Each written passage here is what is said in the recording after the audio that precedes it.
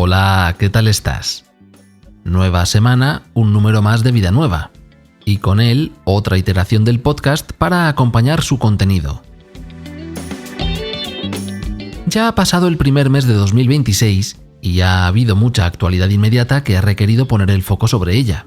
Eso significa que otras noticias han tenido que desplazarse a un segundo plano, dejarse fuera de los titulares o, como el caso de la que nos ocupa, quedar un momento en pausa hasta poder darle el debido protagonismo. El 6 de enero de 2026 se produjo en el Hotel Palace de Barcelona la ceremonia de entrega de los premios Pla y Nadal. El premio Nadal fue otorgado a David Uclés por su novela La ciudad de las luces muertas. Y por otra parte, Francesc Torralba recibió el galardón del premio Josep Pla por su ensayo titulado Anatomía de la Esperanza. Anatomía de la Esperanza. Con ese reconocimiento de fondo, el filósofo y también colaborador de Vida Nueva ha conversado con esta casa a propósito de ese mismo tema, la esperanza. Así que el episodio de hoy lo vamos a dedicar a navegar por sus palabras y a dejarnos mecer por ellas, como quien está subido a una barca y decide contemplar el cielo mientras flota libremente. Si te quedas conmigo, quizás podamos jugar a encontrar formas en las nubes de la realidad. Como poco será un interesante ejercicio de razonamiento. Soy José Antonio y te doy la bienvenida al 243º episodio.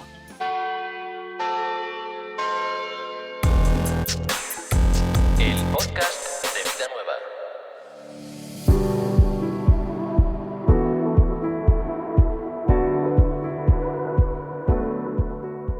El premio Josep Pla lleva entregándose desde 1968 a obras escritas en lengua catalana, valenciana o mallorquina. En su haber de autores galardonados se cuentan Terence Simois, Maria Manent, Maria Mercè Roca o Eva Piquer. Este año, como decía, fue otorgado a Francesc Torralba por el ensayo Anatomia de la Esperanza. És un assaig sobre l'esperança, el que presento en aquest... Es un ensayo sobre la esperanza lo que presento en este premio Josep Pla. No es narrativa, no es novela. Es un ensayo sobre la esperanza y sobre cómo hacer un discurso sobre la esperanza que tenga legitimidad intelectual. Y más teniendo en cuenta que cuando hacemos un discurso sobre la esperanza se nos etiqueta de ingenuos, de pueriles, de optimistas mal informados. Pero de lo que se trata es de poder hacer un discurso sobre la esperanza que tenga fundamento. Porque sin esperanza es imposible vivir, es imposible construir, es imposible proyectar futuros. Y eso es un tipo de discurso muy contracultural porque en términos generales los discursos sobre el futuro son más bien apocalípticos o distópicos. Y un discurso sobre la esperanza con fundamento es un ejercicio intelectual complejo que he intentado hacer con cuidado, con humildad, y que serán las lectoras y lectores quienes digan si he tenido éxito en este intento.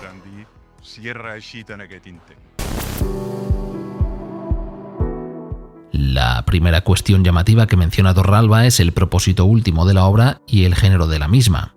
No es ficción narrativa. Se trata de un ensayo, un texto que proporciona razones fundadas a propósito de cierto tema, en este caso la esperanza. La elección de ese género de escritura no ha sido aleatoria. Se ha de poder hablar sobre la esperanza con autoridad intelectual. De otro modo, se imponen los discursos marcados por el mercado económico y financiero donde todo es miedo e incertidumbre. Porque sólo así, con cimientos intelectuales, la esperanza pasa de ser un sueño infantil e ingenuo a una convicción madura, madurada y posible.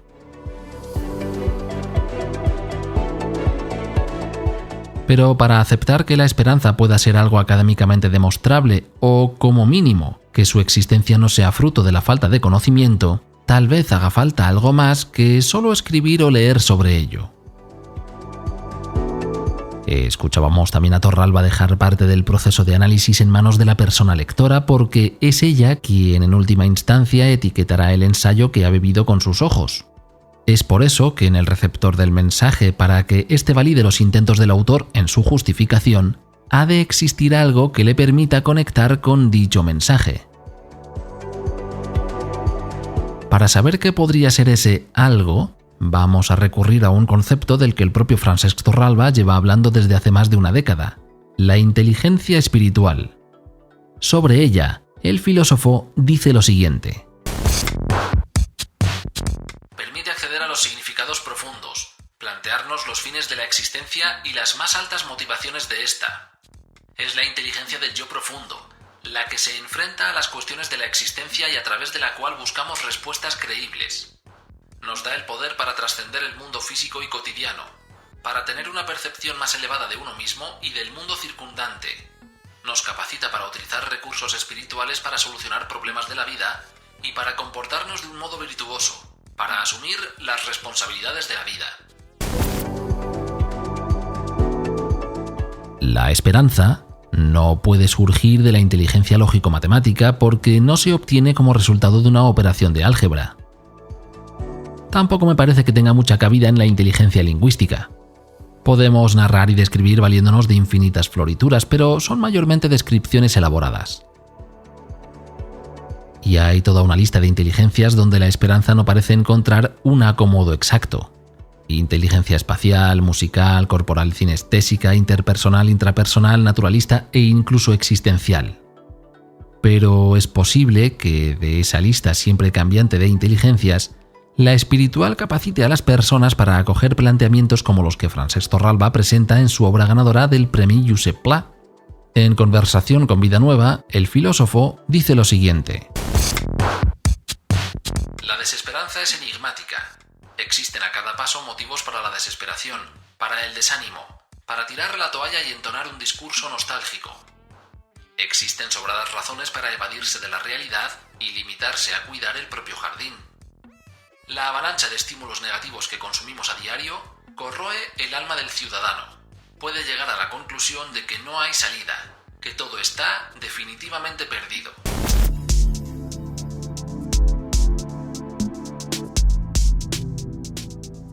Precisamente por esa avalancha constante de estímulos negativos, las personas necesitamos desarrollar una cierta inteligencia que la contrarreste. Puede ser la inteligencia espiritual de la que habla Torralba. O tal vez el futuro podría incluso traernos el descubrimiento de una inteligencia específica en nuestros cerebros. La inteligencia de la espera, del saber aguardar sin caer en el desánimo. Venga, especulemos un poquito más sobre esto. A lo mejor se trata de una inteligencia tan fundamental para la vida humana que es la primera en ser destruida cuando la depresión comienza a conquistar parcelas en la mente. Algo así como cuando un general de la guerra ataca objetivos estratégicos antes de realizar otras incursiones. Tiene mucha potencia poética esto de una hipotética inteligencia de la espera, ¿no te parece? Células específicamente dedicadas a procesar la esperanza lo mismo que otras procesan el sonido o la luz, transformando en impulso químico algo materialmente intangible e ilógico. De hecho, la esperanza es tan ilógica que apenas tiene cabida en las sociedades modernas. Francesc Torralba le dice lo siguiente a Vida Nueva: la esperanza es incompatible con la cultura de la inmediatez. El factor tiempo es decisivo para que se haga realidad cualquier proyecto individual y colectivo. La semilla no se transforma en roble de golpe. Requiere de tiempo, de cuidado, de atención, de protección, de una tierra esponjosa, de agua, aire y sol. Sin tiempo no hay lugar para la esperanza. Aún así, la esperanza no es una garantía ni una evidencia lógica o matemática. Tenemos que aprender a esperar, a confiar en el talento, la inteligencia y la fuerza vital de las generaciones venideras, a practicar la virtud ignorada de la paciencia.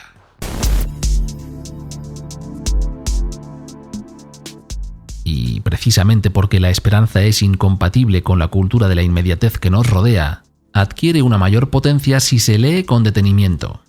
Anatomía de la esperanza.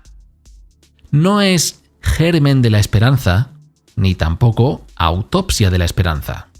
En el primer caso, germen se referiría a algo que se siembra o que ha comenzado a crecer, pero que en cualquier caso no está maduro. Y hablar de autopsia supondría que la esperanza ha muerto y solo podríamos constatar aquello que la definía. Sin embargo, anatomía tiene la fuerza de la existencia en el aquí y el ahora. La esperanza existe, Nos rodea por todas partes. La anatomía que propone Torralba describe algo que ya es y proporciona además un fundamento académico para demostrar que no se trata de un sueño infantil. Dice así a Vida Nueva. La esperanza nos pone en movimiento, mientras que la desesperación nos paraliza. El esperanzado se convierte en un actor de la historia, mientras que el desesperado se queda en casa y se limita a desarrollar el rol de espectador. No hemos venido al mundo a contemplar cómo se descompone, a ver cómo se cae a trozos. Hemos venido a dar lo mejor de nosotros mismos para transformarlo en un lugar habitable y legarlo a las generaciones futuras.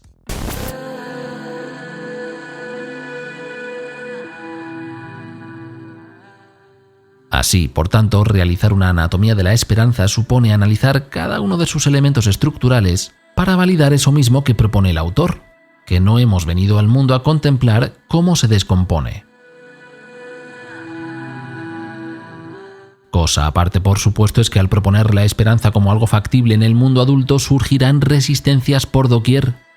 Debajo de cada piedra que bloquea el camino encontraremos nidos de todo tipo de criaturas que se alimentan de la desesperanza. Desde medios de comunicación que utilizan el titular para generar discordia y atraer lecturas, hasta pastores que no creen que el reino de Dios sea posible. A veces incluso se da la circunstancia de que ambas cosas vienen de la mano. Por ejemplo, en el caso de obispos que usan los medios de comunicación para decir que la esperanza es populista o que en los sueños de evangelio no cabe todo el mundo.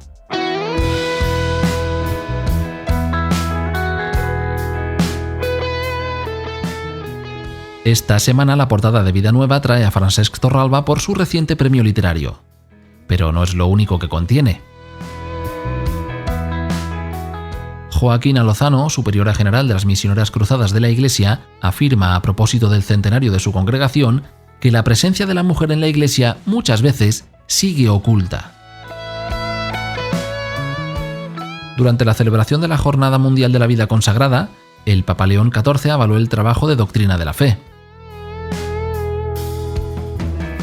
La Fraternidad Sacerdotal de San Pío X ha anunciado que el próximo julio va a consagrar a varios obispos sin contar con el Papa León. San Juan Pablo II excomulgó a obispos nombrados de este modo.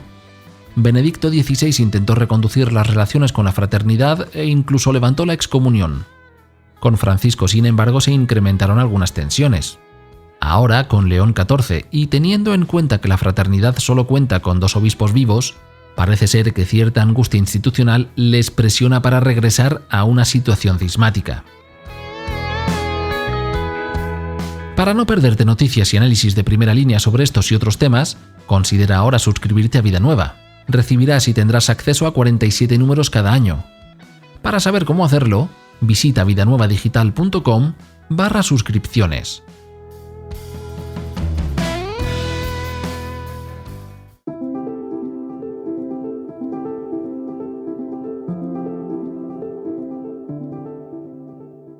Vamos con la segunda parte del episodio. Hoy estamos hablando sobre el premio que ha recibido Francesc Torralba por su Anatomía de la Esperanza y también sobre cuestiones relacionadas con ello. Como ya sabes, Torralba perdió a su hijo Oriol en un accidente de montaña que se produjo en agosto de 2023. Un tiempo después del fallecimiento escribió un libro titulado No hay palabras. A esa obra corresponde este fragmento. No he querido escribir esta obra en caliente. Un libro no tiene que ser un vertedero emocional ni un cubo de resentimiento y de ira contra la vida. Las palabras tienen poder. Bien religadas, tienen la capacidad de elevar el espíritu y curar las heridas del alma. Pero cuando se escupen desde la oscuridad, el malestar y la injusticia contra la vida son como hierros candentes. La escritura es un ejercicio que debe ayudar a desenredar lo que está enmarañado, a aclarar lo que vivimos turbiamente. Un libro, tal como yo lo concibo, debe ser liberador y edificante, pero no solo para quien lo escribe, sino también para quien tenga la paciencia de leerlo con calma.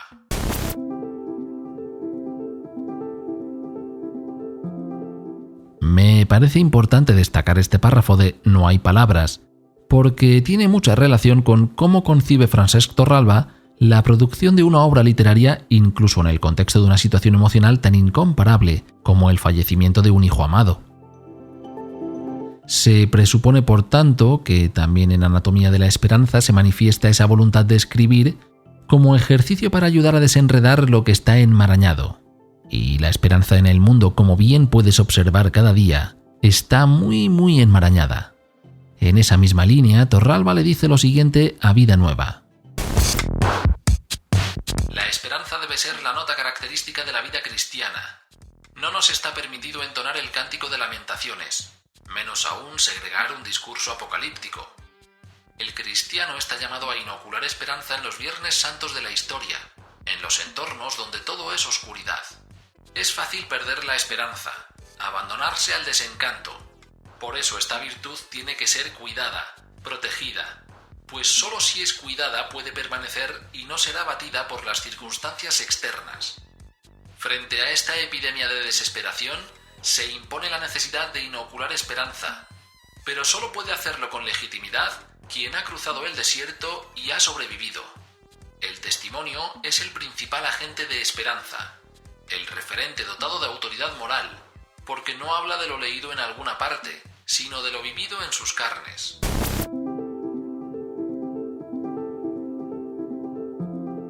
Quizás por este último motivo podríamos hacer una cierta comparativa artificial entre estos dos libros de Francesc Torralba, No hay palabras y Anatomía de la Esperanza, con el Evangelio de Lucas y los Hechos de los Apóstoles. Una misma obra dividida en dos partes. Sobre esto último que decía el filósofo, sobre el testimonio como agente de esperanza, la anatomía de la esperanza que él realiza adquiere una mayor dimensión si se contextualiza en la vivencia personal de cruzar el desierto y sobrevivir a ello. No obstante, la esperanza está profundamente anclada en la obra de Francesc Torralba desde mucho tiempo antes de atravesar dolores tan profundos como los narrados en No hay palabras. En un lejano 1998, veía a la luz un texto titulado Poética de la Libertad, donde Torralba planteaba una lectura del también filósofo Søren Kierkegaard. Allí afirmaba que en la obra de Kierkegaard la esperanza es el motor de la libertad. En concreto, decía lo siguiente: la esperanza es en realidad una síntesis de lo eterno y lo temporal, y por eso mismo la expresión de la tarea de la esperanza es doble: esperarlo todo, en cuanto es implicación de lo eterno, y esperar siempre en cuanto implica temporalidad. Cada una de estas dos expresiones separadamente no es más que la otra. Al revés, las dos quedan falsificadas si se las contrapone. Lo que hay que hacer es reunirlas para expresar lo mismo. Esperarlo todo en cada momento y siempre.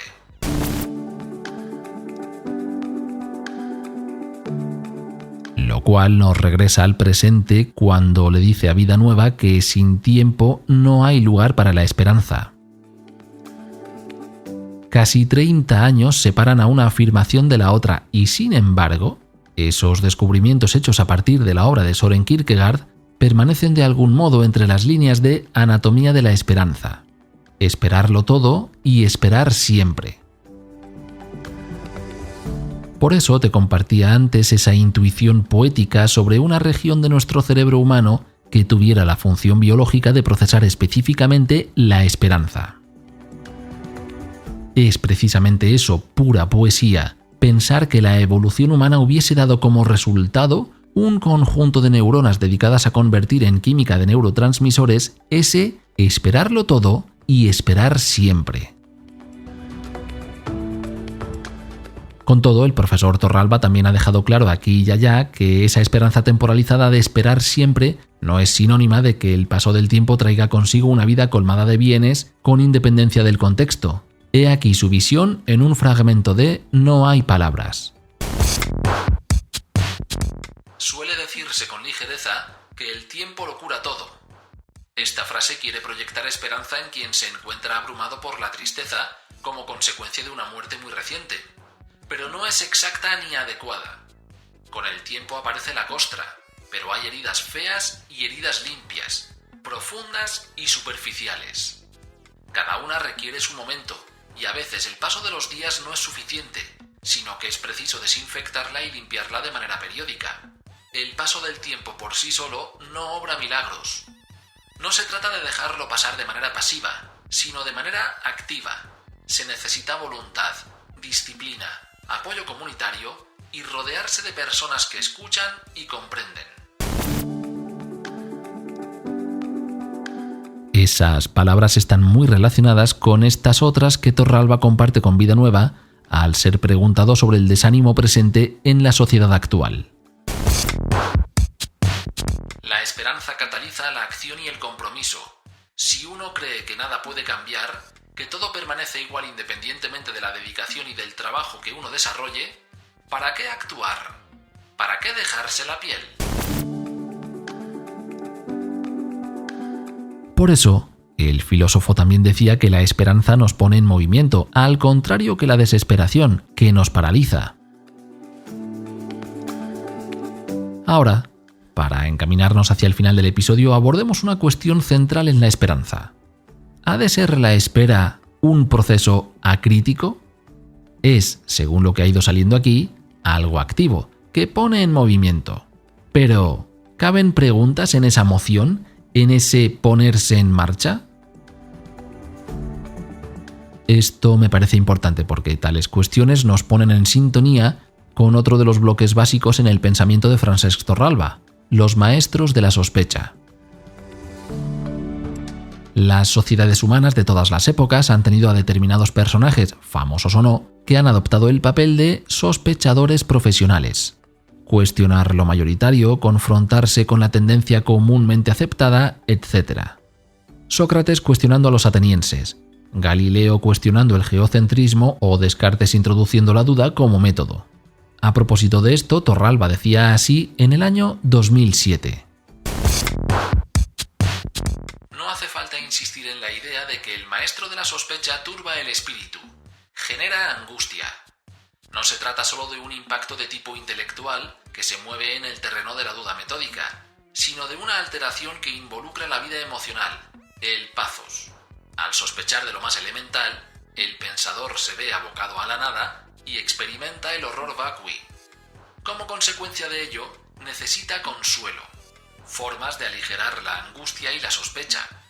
Le hace falta un bálsamo que lo conduzca a la anhelada serenidad. ¿Por qué es relevante la cuestión de los maestros de la sospecha?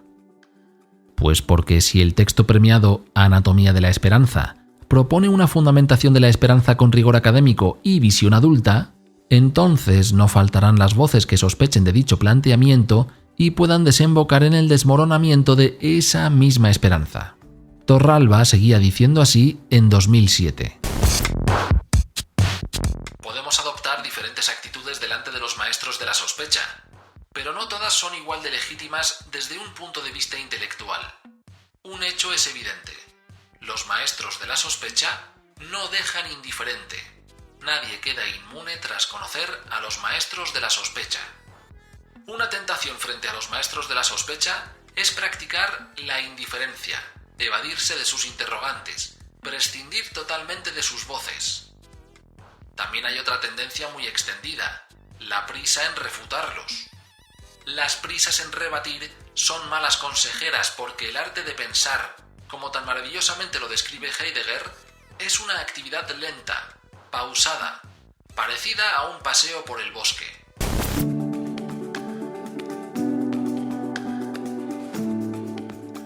Desde el punto de vista de Francesc Torralba, la aproximación más inteligente a los maestros de la sospecha era practicando el diálogo con ellos. Pero no un diálogo como homilía, charla o enseñanza magistral, sino como un intercambio mutuo que permite ver la parte de verdad que podría contener la sospecha en sí misma. No se trata de ponerle un bozal, menos aún de colocarlo detrás de otras voces. Se trata de acogerlo y de escuchar con atención su palabra, por muy inquietante que sea. Es cierto que Francesc Torralba situaba el diálogo con los maestros de la sospecha en el contexto filosófico de Marx, Nietzsche y Sigmund Freud, Pero fíjate qué suaves engranan estas mismas palabras si las ubicamos en la proximidad del episodio de hoy. La anatomía de la esperanza, aun habiendo recibido un premio y reconocimiento público, no estará exenta de crítica y sospecha.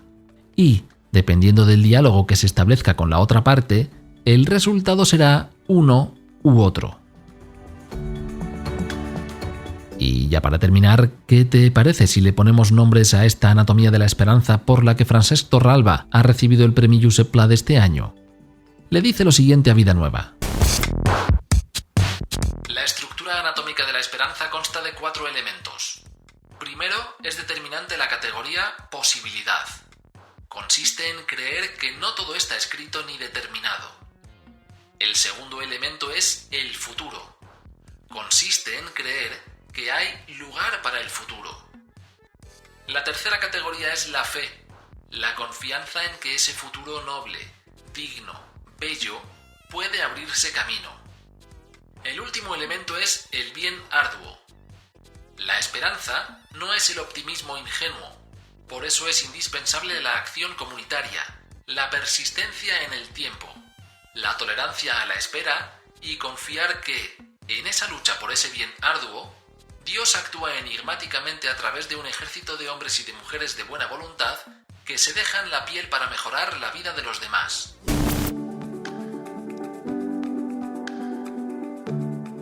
A veces dejarse la piel tendrá un sentido literal, como perder la vida junto a un pueblo oprimido por la violencia, el hambre o la enfermedad. En otras ocasiones podrá significar dejarse los dedos tecleando noticias desde un punto de vista discordante con respecto del cinismo que marca tendencia en la actualidad. Y a veces vendrá en forma de un susurro al oído como soplo de aire fresco, una mirada sutil a los entresijos de misericordia que se deslizan en medio de la velocidad mediática.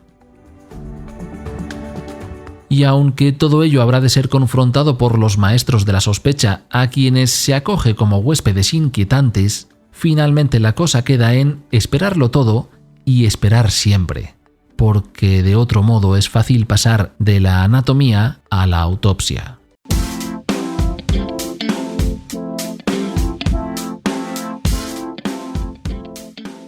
Esta semana han pasado muchas cosas en la Iglesia y en el mundo y nos hemos enterado de ello en el sitio de Vida Nueva. Ante la tentativa de la Fraternidad Sacerdotal de San Pío X de ordenar obispos al margen del visto bueno de León XIV, el prefecto del Dicasterio para la Doctrina de la Fe, el cardenal Fernández, ha citado en el Vaticano al superior de la Fraternidad ante lo que podría ser un primer paso hacia la excomunión. Sebastián Taltabull, obispo de Mallorca, se suma a los apoyos públicos de parte del Episcopado de España y defiende la reciente regularización de migrantes por la dignidad de la persona. Rafaela Petrini, presidenta de la Gobernación en el Vaticano, ha sido elegida para formar parte de la Comisión de Asuntos Reservados, algo así como un comité de cuestiones confidenciales. Desde que Francisco lo puso en marcha en 2020, había estado compuesto solo por cardenales. Con la elección de Petrini, esta situación cambia. Para estar al tanto de estas y otras noticias, no dejes de visitar vidanuevadigital.com. Hasta aquí llegamos con el episodio. Te doy las gracias por haberte quedado conmigo en este camino de razonamiento a propósito del premio Josep Pla que ha recibido Francesc Torralba por su obra Anatomía de la Esperanza. Ello nos ha permitido explorar algunas ideas relacionadas y creo que bastante interesantes. Si a ti también te lo han parecido, es un buen momento para que le des un me gusta al episodio y lo compartas en tus redes sociales. Si tienes algo que decir sobre este u otros temas anteriores, recuerda que puedes escribirme a la dirección podcast@cincopanes.com. Todo junto y el 5 escrito con letras. Nada más, me despido. Te deseo una feliz semana. Nos escuchamos en 7 días.